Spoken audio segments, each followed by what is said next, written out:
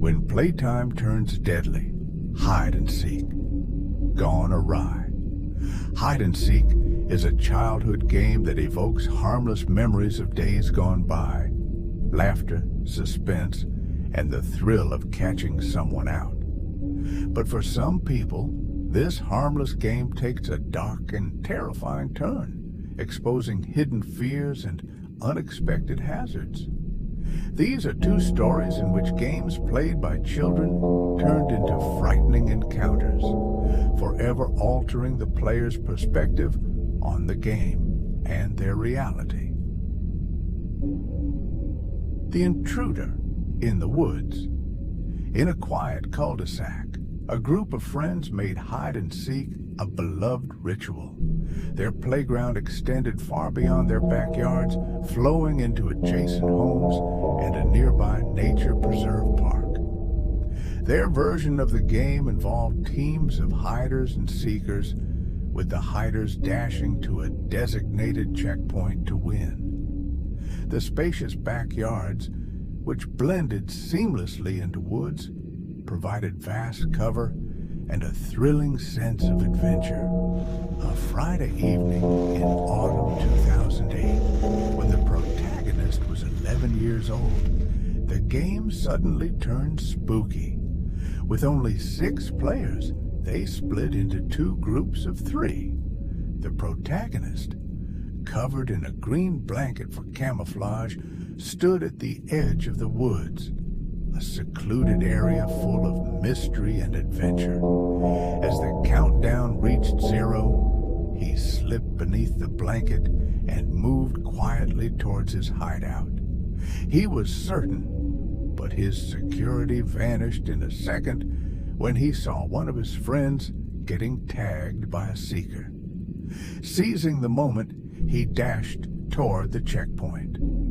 Abruptly, a firm grip held his shoulders and was accompanied by snapping sticks. Desperate was the sensation as he attempted to shove off. He broke free but got tagged near the backyard gate. When he returned to his companions, he asked them who had brought him home. The crowd fell silent, their faces puzzled. None of them uttered a word. A creepy realization began to cross the mind of the protagonist. Somebody, a strange person, was in the woods hiding. Horror quickly replaced excitement, and they reported the experience to their parents. In revenge, the neighbor built a fence, preventing direct entry to the woods. But the allure of hide and seek lingered. As a precaution, the parents instituted new rules.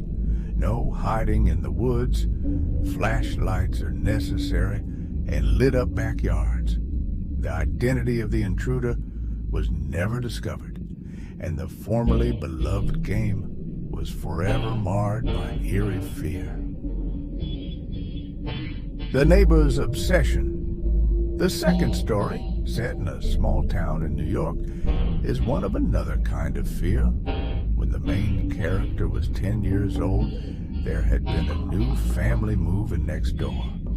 A mother, her toddler, and a boy his age called Isan. Even though the hero was appalled by Isan's weird actions at first, he decided to follow his father's words and attempt to befriend him. It soon became evident that Isan was not your typical child. While other children would play with toys or do other usual childhood activities, Isan obsessively played hide and seek. During their opening game, the unfamiliarity with the rules showed in Isan. The chief character did not have any difficulties finding him cringing behind the chimney, scarcely concealed. Such an uneasy confrontation testified to even larger, darker issues.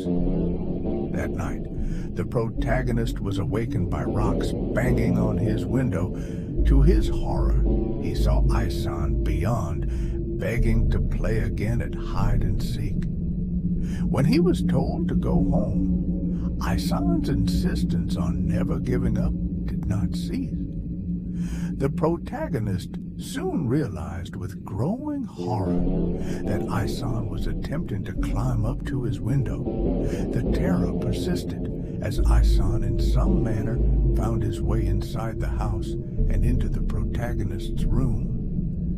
He uttered his strange plea to play hide-and-seek once more.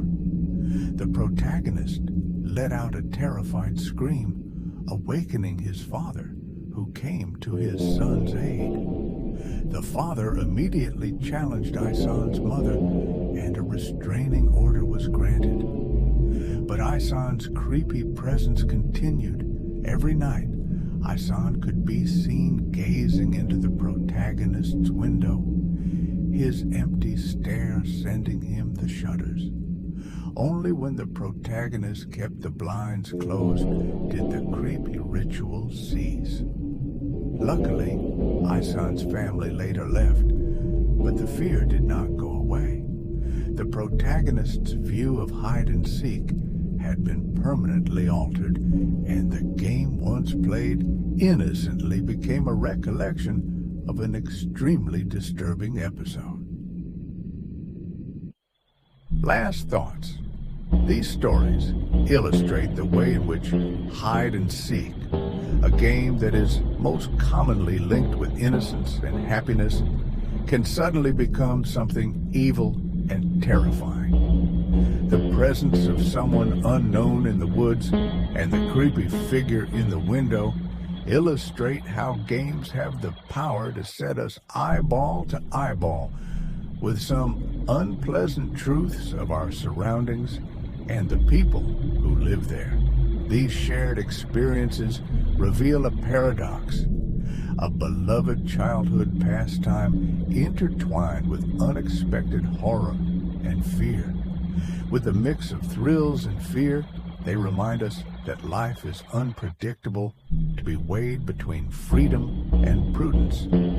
As life itself, games can have hidden dangers, and occasionally, the most terrifying threats are those we do not anticipate.